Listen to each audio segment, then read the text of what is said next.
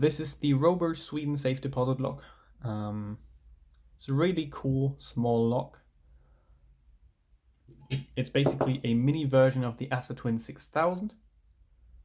Key is also quite nice. It has 4 side pins with falls and true gates. Those interact with a sidebar, and 5 top pins with gin drivers and match countermilling. And you can only turn this core 90 degrees into the clockwise direction. And this is because of this tailpiece. This is a different one, a different type of Robur. This has barrel milling and barrel pins. I'll show you the tailpiece. Yeah, I'll start picking this by lifting the gin drivers into the countermilling. You just feel for binding pins, and once a pin is binding, you press on it, you will get a nice click. Yeah, 4 is in the milling now, 5 feels good. 1 should be in the milling now, 2's binding, 2's in the milling now as well. And I think I'm done. I'll just feel if anything else is binding. This feels good. Now for the side pins.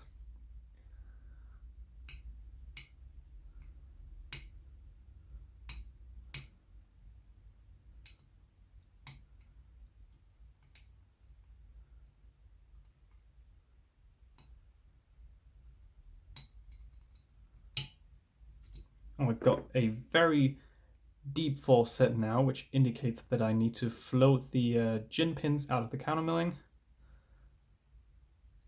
And I do that by counter rotating and tapping the pins while I'm doing so.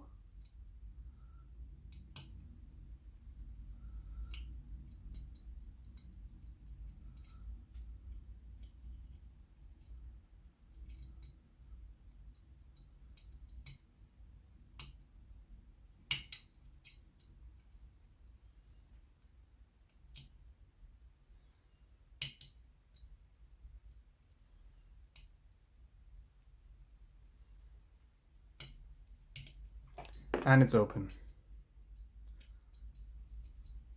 I'll relock this thing, get it out of the vise, grab the key,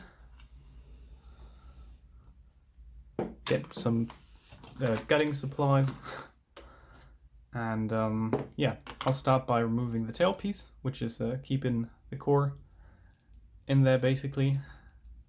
It's just 2 screws really.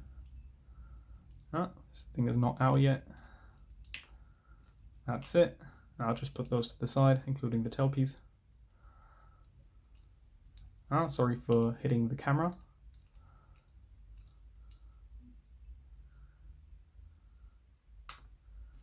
Screws are out. This is the tailpiece. It's really just a piece of plastic. And yeah, where's the key? Put it somewhere. Right there. Just twist it a tiny bit. I'll push on this, and then I'll just need a follower to cut this thing. Doesn't really want to come out. Come on. There we go.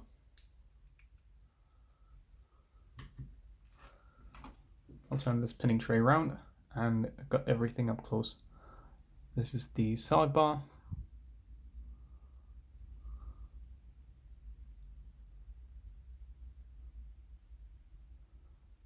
Basically identical to the Twin 6000 or Twin V10 sidebar, except it only has 4 pins, except compared to 5 on the other locks.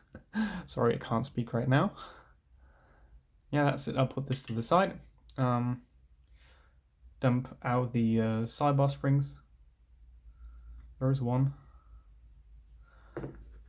Those never really like to come out easily, so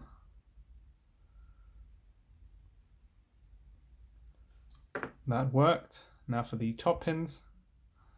Pin number 1, 2, 3, 4, and 5.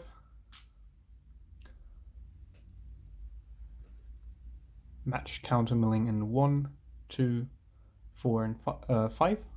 I'll demonstrate this by pushing my pick tip in there and lifting upwards. You can see it really grabs onto it from the other side as well. It's really nice counter milling, really effective, and still haven't taken out the side pins. I'll show those up close in a bit. It can be a bit tricky to remove because they like to stay in there. They are all the same because the bitting is on the key and the sidebar. I'll dump those springs out. One, come on. Oh, all came out. It's quite nice.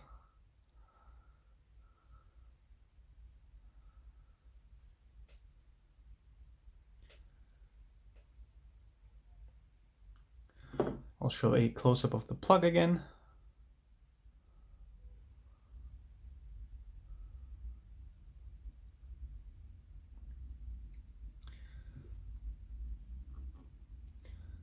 And this is what the side pins look like. You can see the true gate in the middle and the false gates around it. And it's hollow on the top, and that's where the springs go in. And this is the part that interacts with the key. And now for the interesting part, the driver pins.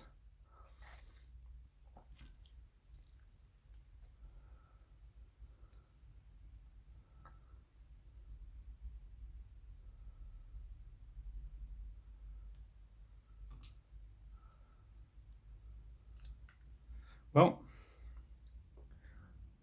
let me put that on the pinning tray first, and then I'll continue getting.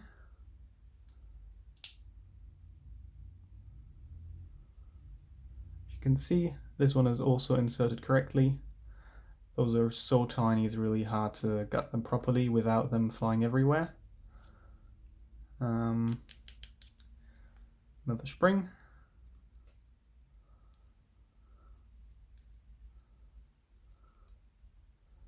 And this is a really tiny gin.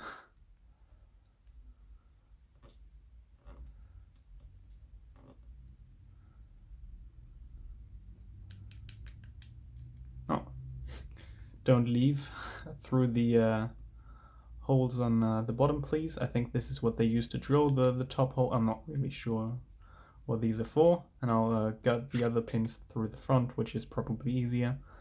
And also has better visibility.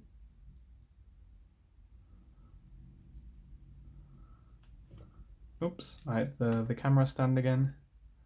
Now for the last gin.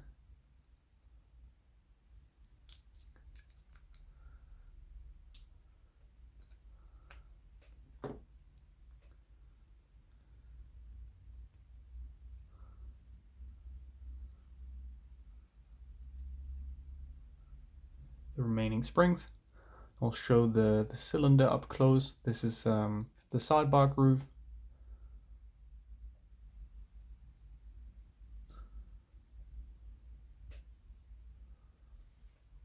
And now another close-up of the pins and the sidebar. And these lips really get caught in the counter milling, and they're quite hard to pick out of the counter milling as well. It's really a nice design. And this is the bitting I mentioned earlier on the sidebar, basically matching the key. And yeah, that's it.